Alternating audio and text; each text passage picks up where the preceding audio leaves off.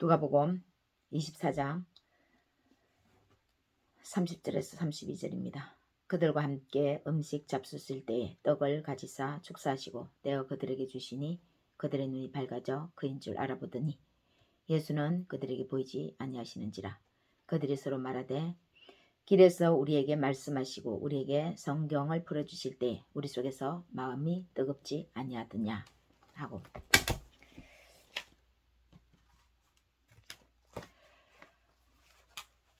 헌법 제1조 1항, 우리나라 헌법 제1조 1항에 이렇게 기록되어 있습니다. 대한민국은 민주공화국이다.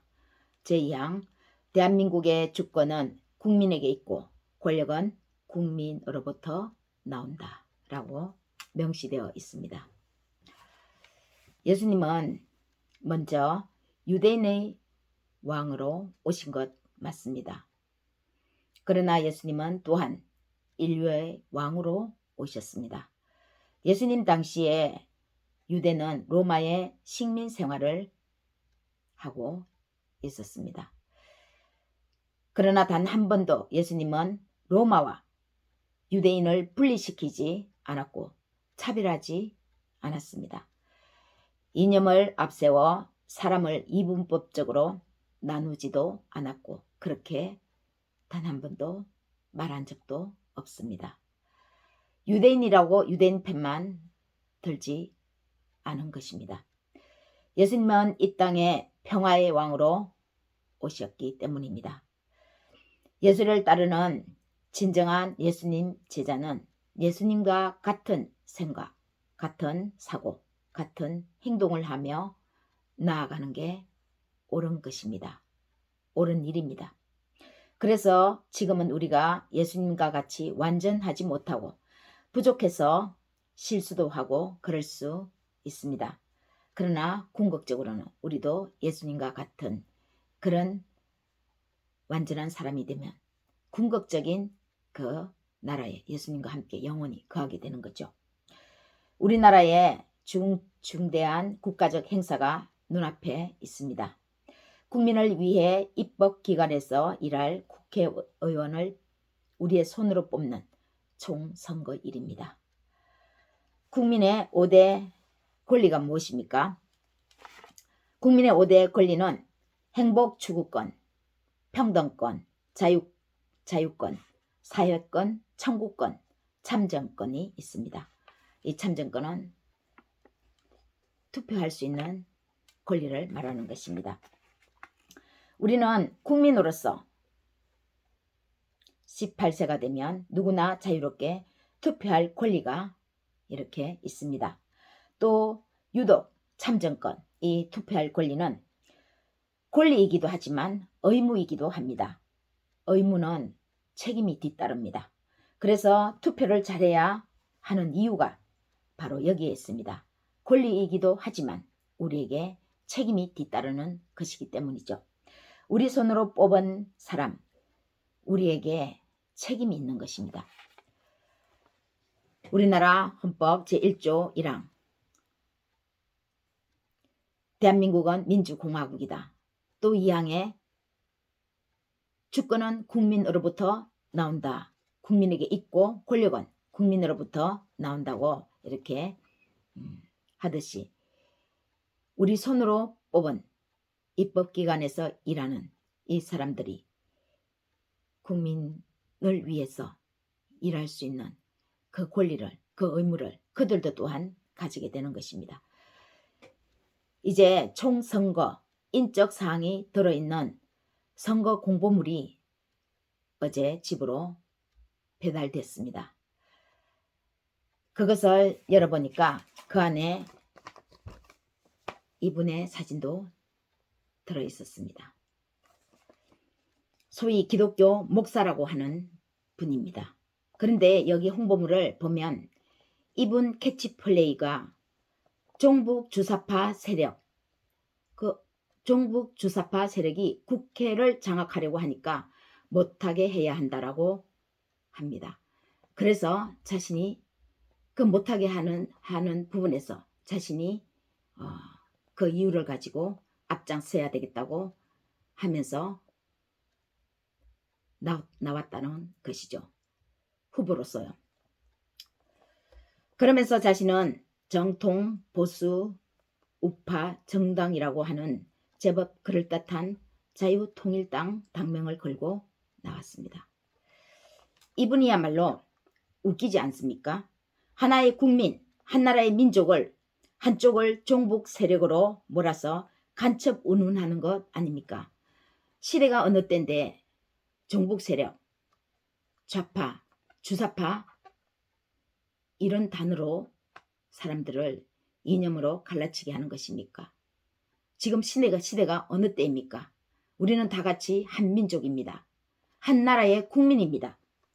상대를 간첩 만들어서 자신을 돋보이게 하는 게 이분 목적이면 이분은 진심으로 말씀드리지만 예수님 제자는 아닌 것 같습니다.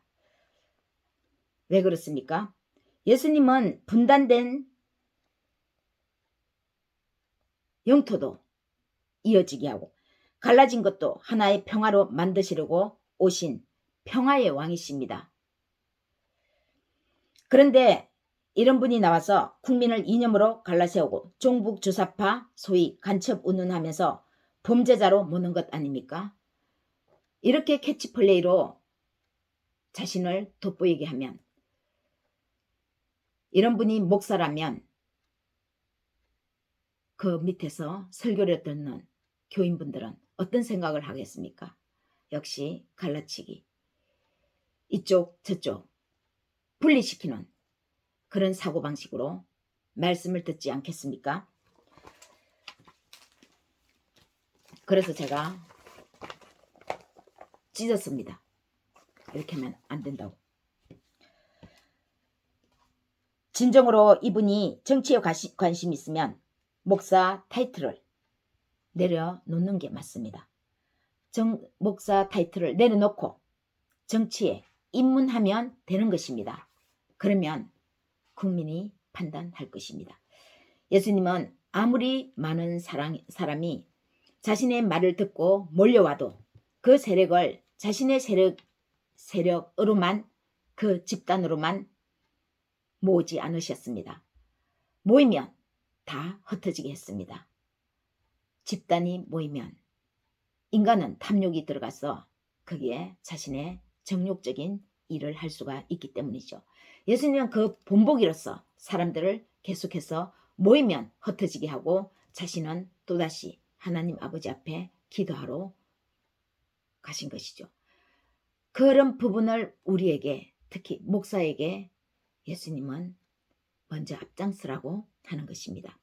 그런데 자신에게 사람이 모이니까 그 모인 세력으로 더 큰 이름 얻고자 정치에 뛰어들고자 하는 것입니까? 물론 이분이 투표 결과가 자신이 어떤 당선된다는 그런 뜻에서 나오지는 않았다고 생각합니다. 그러면 무엇입니까? 그냥 이름 날리려고 나왔습니까?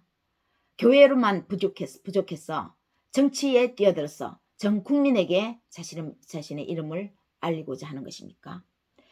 국민의 5대 권리, 그 중에 참정권. 우리는 이 참정권, 투표할 권리를 기억해야 합니다. 이 권리는 의무이기도 합니다.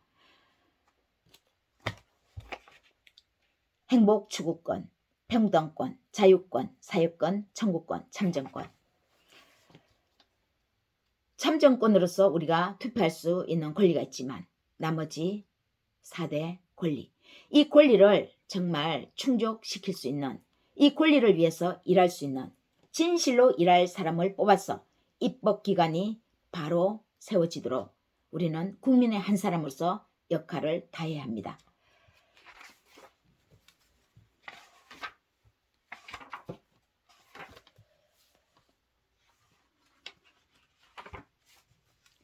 우리 삶에 먹는 것을 빼고는 우리는 말이 안 됩니다.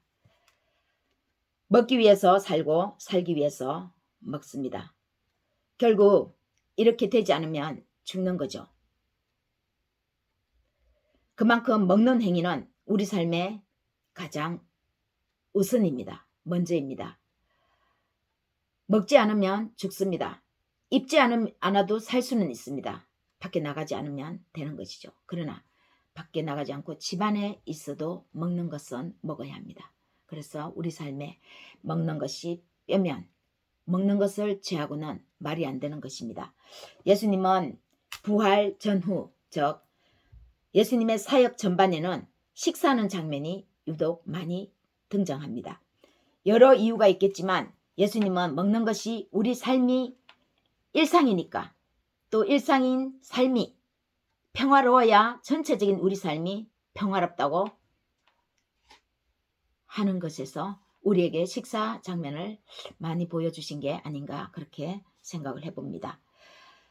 또 사람들이 각각 자기 일을 하다가도 한자리에 모일 수 있는 시간이 식탁이고 식사하는 자리입니다. 우리는 식사를 단순한 밥 먹는 것, 허기져서 배고파서 한 끼 밥 먹는 그런 거라고 생각하기가 쉽습니다. 그러나 식사하는 식탁은 모든 것을 공유하는 삶의 중심의 자리입니다.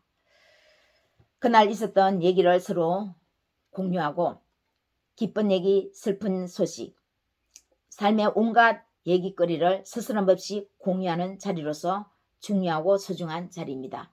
그 식탁 공동체에서는 슬픈 소식도 있고 우울한 소식도 있습니다. 고달픈 소식도 있습니다. 그러나 그런 고달프고 우울하다고 해서 피하는 것이 아니라 그것 또한 나누는 자리죠. 그래서 식탁 공동체는 기쁨의 소리, 우울의 소리, 슬픔의 소리, 이 온갖 소리들을 그 자리에서 서로 공유하면서 나누는 그런 자리이기 때문에 식탁 공동체 모이는 이 시간이 가장 중요했던 것입니다. 남자들이 술자리가 예전에는 그랬습니다. 그러나 세월이 흘러 우리 문화도 많이 바뀌었습니다. 술자리, 예전 어른들이 식사할 때는 말도 하지 말고 밥만 먹으라고 하니까 그래서 술자리를 사람들이 찾은 것입니다. 그런데 세상이 어떻게 돌아가는지 말은 해야 하지 않습니까? 하루 일과를 마쳤는데 하루 일과가 어떠했는지 사람들과 가족들과 나누어야 하지 않겠습니까? 그런데 나누지도 못하는 그 식사자리. 그러면 눌려있는 것이죠. 어딘가는 세상이 돌아가는 소리, 나에게 일어났던 하루 일과, 누군가에게 얘기를 하고 누군가와 공유를 하고 나누어야 하는데 어디서 나누겠습니까? 그래서 남자들은 술자리에서 그것을 풀고 나눴던 것입니다. 그걸 술자리에서 했던 거죠. 어딘가에서는 풀어야 되는데 풀 수 있는 자리가 없었던 거죠. 이제는 우리에게 진짜 우리 일상의 삶 속에서 특히 식사 자리에서 그 모든 것을 공유할 수 있어야 합니다. 각자 뿔뿔이 흩어졌다가도 한 곳에 모이는 저녁 식탁, 그 공동체는 자기들의 삶을 서로에게 나누고 또 주고받고 하는 그런 자리인 것입니다. 오늘은 부활절 예배로 온 교회가 부활주일로 예배를 하나님께 예배하고 있습니다. 하나님을 예배하고 있습니다. 부활절, 매년 하는 행사지만 연중 행사가 아닙니다. 부활은 우리의 일상의 삶이 되어야 합니다. 예수님이 우리에게 식탁이 얼마나 중요한가를 가르쳐 주셨습니다. 부활은 일상이 되어야 하는데 왜 이렇게 연중 행사로만 대부분 끝나는 것입니까? 부활절을 지나고 나면 예수님의 부활이 온데간데 없고 우리와 아무런 상관도 없는 그런 일상적인 우리 삶이 되는 것을 많이 봅니다. 어버이날 5월 8일 하루 그 기념적인 행사를 치릅니다. 그러면 그날만 어버이날입니까? 우리가 얼마나 어버이께 효도를 못했으면, 상기하지 않았으면 1년 중 단 하루라도 절기를 정해서라도 어버이날을 정해서 부모님께 효도를 하도록 하겠습니까? 그만큼 우리가 상기하지 못하니까, 인식하지 못하니까 1년 중에 단 하루만이라도 생각해서 기리자 하는 뜻에서 이렇게 부활절 연중 행사를 치르는 것입니다. 그러나 이것은 상징적이라는 것이죠. 행사지만 1년 내내 이런 모습을 갖도록 해라. 그것을 그날 하루에 다시 한번 다짐하는 그런 날이 되는 것이기도 합니다. 그 중에 예수님은 식탁 공동체가 많았는데요. 그 중에 부활 후의 2번 식사가 있었습니다. 2번의 식사를 우리는 주목을 해봅니다. 엠마오로 가던 2 제자는요. 예수님과 식사를 할 때서야 그를 알아보았습니다. 식탁 공동체가 부활 후에 딱 2번 있었는데 오늘 본문 내용이 바로 그 내용입니다. 부활 후에 엠마오로 가는 2 제자를 만나는 사건이죠. 예수님은 갈릴리 바다에서 고기를 잡는 일상으로 돌아간 제자들에게 찾아가서 아침을 차려주셨습니다. 예수님이 십자가에서 못 박히고 부활하셨는데도 그들은 자신들 곁에 선생님이 없으니까 다시 옛날로 돌아가려고 합니다. 그러면서 베드로가 고기 잡으러 가니까 다른 제자들도 우리도 함께 가자 하고 따라 나섰죠. 그런데 고기를 잡는데 잡히지 않고 예수님이 오셨어. 예수님 때문에 예수님으로 말미암아 고기가 그물이 찢어지도록 잡힙니다. 그러면서 얘들아 지금 잡은 생선을 좀 가지고 오라고 그러죠. 식탁 공동체를 만드는 것입니다. 이런 2 식사들은요. 지극히 평범한 그냥 식사였습니다. 그런데 2 식사 모두 예수님을 알아보는 데는 시간이 걸렸습니다. 예수님이 초대받기도 했고 예수님이 초대하기도 한 식사였습니다. 그 두 식사는요. 하지만 가장 중요한 것은 예수님은 자신이 함께하는 식탁의 주인이셨다는 점입니다. 우리가 이 부분을 간과할 수 있습니다. 평범한 식사는 생존의 필요입니다. 생존하기 위해서 먹는 것입니다. 생존하기 위해서 식탁을 차립니다. 그것은 1차적인 이유입니다. 우리가 먹어야 할 이유, 살아야 되기 때문에. 그러나 그것이 다입니까? 생존을 위해서 먹는다 하더라도 그 먹는 곳에는 먹는 즐거움이 만들어져야 합니다. 식탁의 주인은 손님 사이에 인격적인 관계가 자리를 잡습니다. 식탁의 주인이 어떠하냐에 따라서 거기에 모인 공동체도 그 식탁의 주인을 닮아가는 것이죠. 식탁의 주인이 이분법적으로 갈라치기 하고 이 사람은 이래서 안 되고 저 사람은 저래서 되고 이 사람은 이래서 나쁘고 하는 그런 주된 이야기로 식탁을 초대한 주인이 손님들을 그렇게 맞이하고 대화를 이끌어간다면 거기에 모인 손님들은 어떤 생각을 갖겠습니까? 그 주인한테 초대받았기 때문에 그 주인의 얘기에 집중하고 그 주인한테 잘 보이려고 하는 것이죠. 그러면은 그 주인의 말대로 따라야 다음 식탁에도 또 초대받을 수 있는 것입니다. 식탁의 초대한 주인이 어떠한 사람이냐에 따라서 거기에 모인 사람이 그 생각과 사고와 행동을 닮아가는 것입니다. 그래서 우리는 함부로 식사하자, 아무하고나 만나면 시간 되면 식사하자 하지만 식탁 공동체가 중요하기 때문에 식탁 공동체를 만들어야 하겠지만 만들 때에도 우리가 잘 만들어야 하는 것입니다. 여기에 식탁에 앉은 사람들은 예수님을 초대하고 예수님께 초대받은 것을 인식합니다. 식사의 자리에서 부활하신 그리스도의 임재를 알아차리고 식사를 중요하게 받아들이는 것입니다. 식사하는 곳에 천지를 지으신 천지의 모든 것을 꽉 쥐고 있는 그 예수님이 식탁의 공동체의 주인이라면 얼마나 경이롭습니까?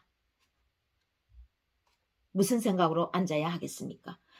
예수님을 알아보는 것은 눈이 있어서 기능적으로 본다고 할 수 있는 것이 아닙니다. 우리의 눈, 달려있는 이 눈, 이것을 기능적으로 그냥 보니까 볼 수 있는 것이 아니라는 것이죠. 강제나 기술로 되지 않고 부활한 예수님을 보고 그 부활을 받아들이고 부활한 예수님을 어떻게 봅니까? 말씀을 통해서 보여지는 것이죠. 읽혀지는 것입니다. 이 읽혀진 말씀을 믿는 것입니다. 믿고 예수님을 보는 것입니다. 그 부활을 받아들이는 것입니다. 부활에 참여하는 것입니다. 그리고 참여해서 적극적으로 관여하는 것입니다. 관여, 자신의 의사를 가지고 의견을 가지고 그 대화에 끼는 것이죠. 뒤로 처지지 않고.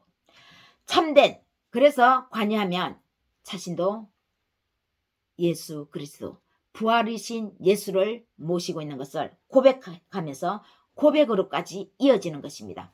우리가 용기가 나지 않을 때는 입술로 먼저 자꾸 반복해서 고백을 합니다. 말을 합니다. 그러면은 우리도 모르게, 우리 자신도 모르게 용기가 생기는 것이죠. 그 용기를 가지고 우리는 진정한 믿음을 가지고 나아가는 것입니다. 식사 자리가 바로 이런 체험을 위한 정황을 만들어준다는 것을 예수님은 부활 후 처음으로 제자들에게 나타나셔서 직접 식사 자리를 만들므로써 제자들에게 보여주신 것입니다. 식사하는 동안 손님은 완전히 주인에게 의존하게 됩니다. 의존한다는 것은 좋은 뜻이죠. 그 주인이 어떠한 생각을 가지고 있는지 그 주인의 생각을 닮아가려고 한다는 것입니다. 왜 이 식사 공동체에 초대했는지를 알고 진정한 그 의미를 알고 식사를 한다는 것이죠. 예수님이 평화의 왕으로 오신 분입니다. 평화에 관해서 내가 예수님을, 이 주인을 닮아가야겠구나. 이 밥을 먹고 평화의 공동체로 내가 일을 하기 위해서 나아가야겠구나. 그런 생각을 하게 된다는 것입니다. 우리가 식사 기도를 하는 것도 이런 이유에 있습니다. 식탁을 베풀어 주시고 식사 자리에 초대해 주시고 그래서 감사하다는 그 식사 기도를 하는 것이 아니겠습니까? 우리가 기도를 하지만 진정 그 주인은 하나님, 예수 그리스도라는 것입니다. 예수 그리스도입니다. 우리 눈에는 기능적으로는 보이지 않지만 하나님의 눈, 영의 눈으로는 예수님이 우리와 우리 가족 사이, 남편과 아내 사이, 아내와 남편 사이, 거기에 예수님이 주인으로서 계시는 것이죠. 그러면은 그 식탁 어떤 말을 해야 합니까? 어떤 행동을 해야 합니까? 예수님과 같이 말을 하고 예수님과 같이 상대방한테 생각을 나누고 예수님과 같이 상대방의 소리를 듣는 것입니다. 주인이 우리를 강제하지도 않고 우리가 식탁의 주인처럼 취향과 입맛에 맞추라고 요구할 수도 없지만 주님의 식탁에 당당하게 앉아 그 식사를 즐기는 겁니다. 식사하는 식탁이야말로 실제로 부활의 형성 자체에 직접 우리가 개입하게 되는 것입니다. 6장, 요한복음 6장 한번 보겠습니다.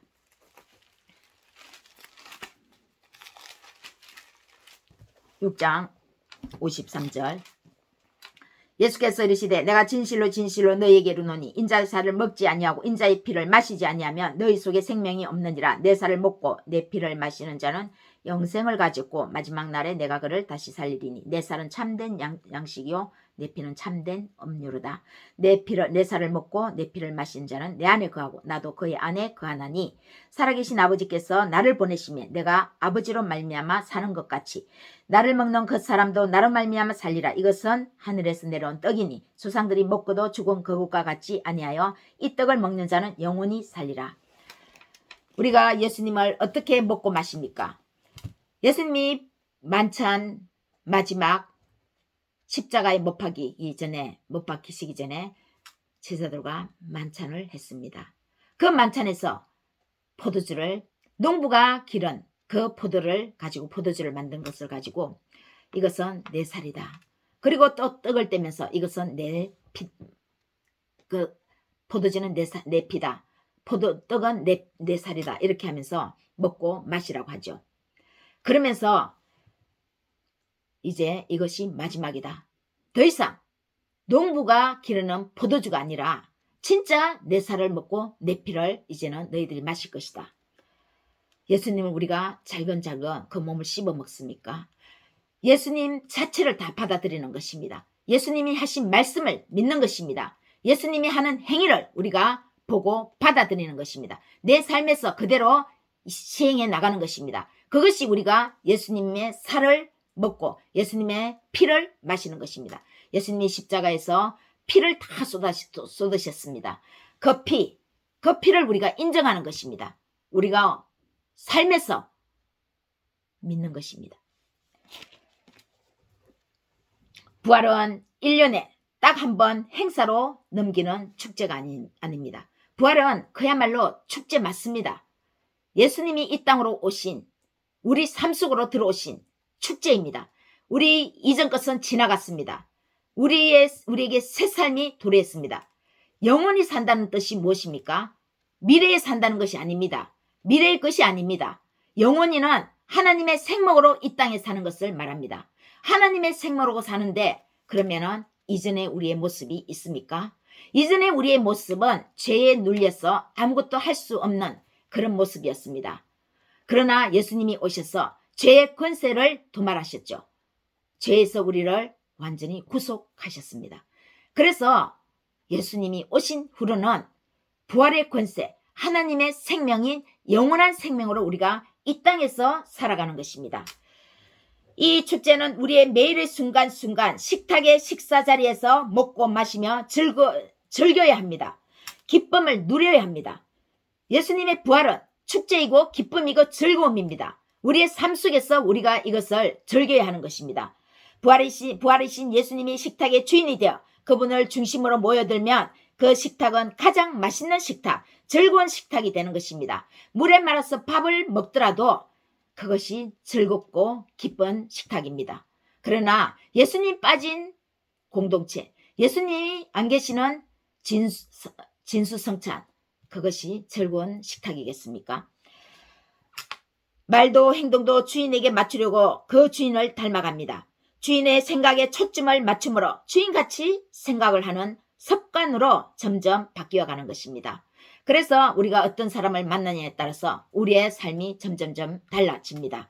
처음에는 잘 모르죠. 그런데 먹고 마시면서 그 사람과 만날 동안에 우리는 잘 모르지만 그 사람과 그냥 단순히 음식을 먹는 것이 아니라 그 사람의 생각, 그 사람의 행동, 그것을 알게 모르게 우리 몸으로 흡입하면서 먹고 마시는 것입니다. 그래서 보고 배우다 보면 어떤 그 친구를 닮아간다는 말이 바로 그 말이 아닙니까? 그 친구의 생각과 사고가 행동이 비슷하게 되어가는 것이죠. 예수님을 모신 식탁 공동체, 예수님과 같은 사람으로 변화되어 가는 것입니다. 하루가 다르고 한 달이 다르고 1년이 다르고 10년 뒤에는 그야말로 출발점은 미미했지만 그 10년 뒤에 20년 뒤에 그 결과는 하늘과 땅 천지 차이입니다. 예수님의 부활은 하나님의 경이로움을 일상의 평범한 면에서 발견하고 누리는 겁니다. 기능적이고 강압적인 눈이 아니라 믿음으로 보고 믿음으로 받아들이고 믿음으로 생활할 때 그 믿음은 현실이 되고 역사가 되어 우리 이 삶이 하나님의 역사로 기록되어지는 것입니다. 우리 삶, 미래의 후손이 우리의 삶을 논합니다. 우리는 지금 역사가 아니지만 미래의 후손이 우리의 삶을 역사로 기록하는 것이죠. 엠마와 두 제자도 물고기를 잡는 제자들도 식탁을 베풀어 주실 때까지만 해도 그들은 자신들 곁에 예수님이 계셨지만 알아보지 못했습니다. 24절, 25절 한번 보겠습니다.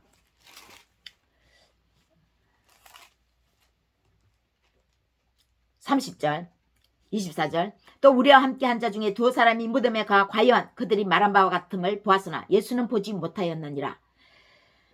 이러시되 미련하고 선지자들이 말한 모든 것을 마음에 더디 믿는 자들이여, 그리스도가 이런 고난을 받고 자기의 영광에 들어가야 할 것이 아니냐 하시고, 예수님과 함께 길을 가지만 자기 옆에 예수님이 계시지만 그 예수님이 진짜 예수님인 줄 몰랐던 것입니다. 식사를 하고 난 다음에 예수님인 줄 알고, 그리고 길에서 성경을 풀어주실 때에 이상하게 뜨거웠는데 그것이 바로 예수님이 말씀하셨기 때문에 뜨거웠구나. 예수님이 쉬었기 때문에 부활이 우리 안에 들어오기 때문에 뜨거웠구나. 가슴이 뜨거우면 행동해야 되겠죠. 가슴이 뜨거워야 행동합니다. 행동할 때 우리의 지성은 냉철해야 합니다. 분별함으로써 무엇을 행해야 할지, 무엇을 하지 말아야 할지를 분별하고 뜨거움으로 의지적인 행동으로 나아가는 것이죠. 지성과 정의, 의지, 이 세 가지가 예수님이 계신다면 제대로 균형을 맞춰서 우리가 행동하게 되는 것입니다. 비로소 예수님이 주신 음식을 먹고서야 마침내 예수님이신 줄 알았고 부활하신 예수님을 만난 그들은 마음이 뜨거워졌습니다. 우리가 예수님을 닮아간다는 것은 행동하는 행위가 반드시 따라야 합니다. 이 행동하는 행위는 각자의 주어진 그 삶이 다른 것입니다. 각자의 맡겨진 사명이 다른 것입니다. 학생은 학생의 신분답게, 목사는 목사의 신분답게, 직장인은 직장에서의 신분답게 그곳에서 나름대로 예수 그리스도의 삶을, 부활의 삶을 살아가게 되는 것입니다. 그러나 거기에 부활이 절대적입니다. 우리가 반드시 행동이 따라야 하는데 행동은 행위를 가지고 그 사람을 판단하는 것이 아니라 진정한 믿음이 있으면 그 믿음은 진실로 행동으로 나타난다는 것이죠. 행동이 먼저가 아니라 믿음이 들어가면 그 믿음에 의해서 뜨거움으로 인해서 자연스럽게 행동은 뒤따른다는 것입니다. 믿음과 행동이 불일치하는 것이 아니라 일치하는 것이죠. 여기에 부활이 절대적입니다. 예수님은 죽음과 부활이 동시에 행하셨습니다. 그런데 우리 모든 죄를 위해서 도말하기 위해서 먼저 죽으셨죠. 죽기만 하면 안 됩니다. 죽음 후에 부활이 있어야 행동하는 행위가 뒤따를 수 있습니다. 사랑하는 여러분, 예수님의 부활은 우리 인생, 우리 삶이 사는 역사입니다. 우리 삶이 진정한 인간의 가치로서의 회복이 일어나는 초자연적인 초역사적인 것입니다. 이 초역사, 하나님의 경이로움을 하나님은 우리의 일상의 평범한 삶에 오셔서 행하셨고 지금도 행하고 계십니다. 부활은 하나님의 초월적인 역사 맞습니다. 경이로움 맞습니다. 그런데 그렇게 경이로움, 초월적인 것만 생각하면 우리 삶과 동떨어져 있죠. 그러나 예수님이 우리 삶에 오셨다는 것입니다. 우리의 평범한 일상에 오셨다는 것입니다. 일상에 오셨는데 이것은 우리의 내재적인 하나님, 우리의 삶 속으로 들어오신 하나님을 발견하지 않으면 모르는 것이죠. 초월적인 하나님으로만 보면 그냥 하나님을 두려운 하나님, 무서운 하나님, 동떨어진, 우리 삶과 동떨어진 하나님으로만 생각합니다. 그런 하나님은 우리 삶이 변화가 일어나지 않습니다. 저도 20년 동안 예수 그리스도 한 분을 얻기 위해서 진짜 항은 우물만 파고 여기까지 왔는데 제가 깨달은 것이 있습니다. 너무 거창하게 예수님을 알려고 했는데 그 거창하게 알려고 했던 그 예수님은 우리의 일상에 계셨다는 것을 발견했습니다. 우리의 삶 속에서 지금 내 가족에게서 지금 내가 만나는 친구에게서 지금 내가 만나는 공동체에서 가장 가까운 곳에 예수님은 계셨습니다. 바로 예수님은 일상의 삶 속에 우리에게 오셨다는 것입니다. 그러나 그 예수님을 좌우로 치우치지 않고 예수님을 따라서 그 경이로움, 그 초월적인 분을 한 분을 얻으려고 따라가다 보니까 그렇게 하다 보니까 결국은 가장 가까이에 내 삶 속에 계셨다는 것을 발견하는 것입니다. 그래서 우리는 끝까지 찾고 찾는 것이 중요합니다. 그렇게 찾으니까 행복은 가장 중요한 소중한 것은 내 삶에 있었구나 발견하는 것이죠. 찾고 찾으려고 너무 멀리까지 갔지만 너무 멀리까지 찾으려고 하는 그 시간이 있었기 때문에 가장 기본으로 돌아올 수 있었던 것 같습니다. 여러분, 오늘 우리가 먹고 행동하고 말하는 이 모든 것에 부활하신 예수님이 우리의 주인으로서 함께 하십니다. 힘내십시오. 복된 하루, 부활하신 예수님으로 말미암아 복된 하루, 복 있는 한 주간이 되시기를 예수님의 이름으로 축복합니다.